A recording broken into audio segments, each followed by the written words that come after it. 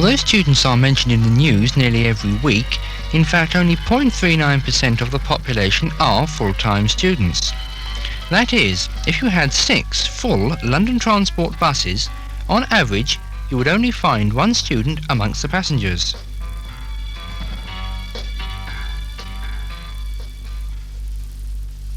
For most people, the ones I don't see on the whole, I think leaving home's a liberating experience, as it was for me, I remember. You tend to go from a numerically limited society in which you know all the people and all this kind of thing into a fluid mass of people. If you're a shy person, and many people are withdrawn, then I think it's extremely difficult for many of them. And if you happen at the beginning of your first year to go through a period of depression and homesickness, which you struggle through, and every night you just go back to your digs or whatever it is, you can get off to a very bad start. And by the time you come back to life, everybody's sort of paired off.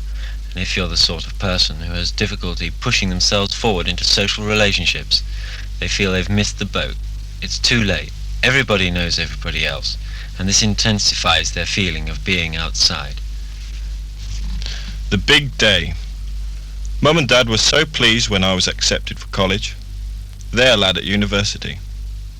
They didn't mind a bit of scrimping to keep me there. And me? Well, my first real taste of freedom. New friends, new experiences. Perhaps I expected too much. You know the things you hear about student life. I joined clubs and went drinking with the lads, but, you know, real friends aren't easy to come by. And the work. Well, it wasn't all that difficult, but so much. It weighed down on you, made you narrow, squashed all the interest out of you. Living out in digs didn't help, I suppose, or the travel. But you soon realised how superficial it all was. If you dropped dead, they couldn't give a damn. Surely there's more to university than just working. We're here to grow up as much as anything, broaden our minds. If you don't talk and discuss at college, when are you going to? 3 tutorial sheets for next week.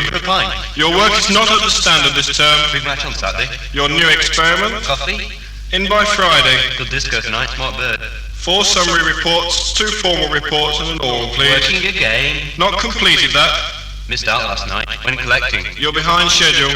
What's on tonight? Proof of this is obvious. Going to the concert. Imperial college students, in my opinion, are very hard-working, neurotically hard-working, many of them. But wherever they are, they'd be the same. They're like that. Sometimes there seems no other way except to demonstrate. I feel over the arms to South Africa.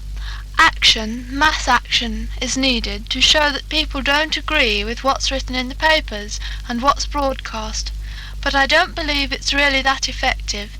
It's a means of showing opposition, a means of showing support, but I don't believe it is vastly effective.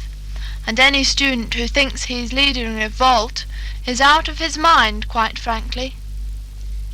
Those people who think students do nothing, I would imagine on the whole, belong to social classes with no real contact with university life themselves.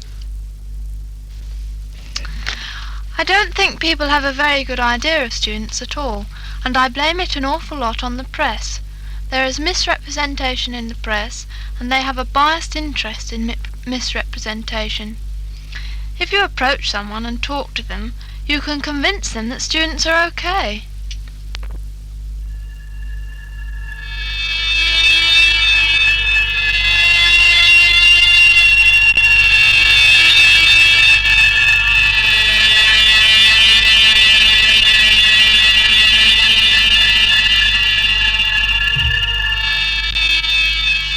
Actually, I never touched drugs myself.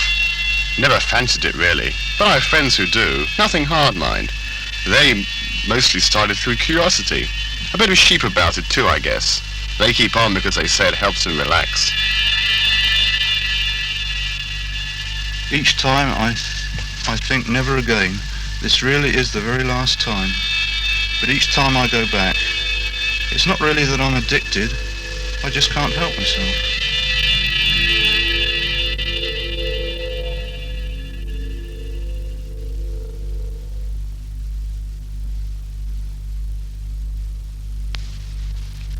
I spent 2 weeks looking for somewhere to live near college.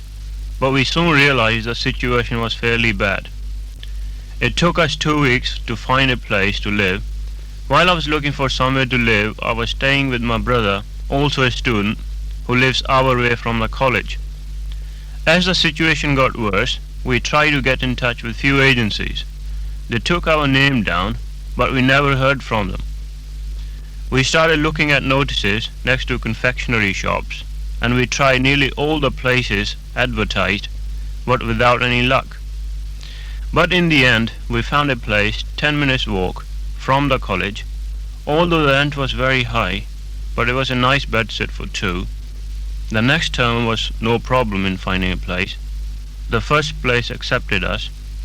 I suppose we knew the right approach. Congratulations. Well done. Congratulations. Well done. Congratulations. Well done.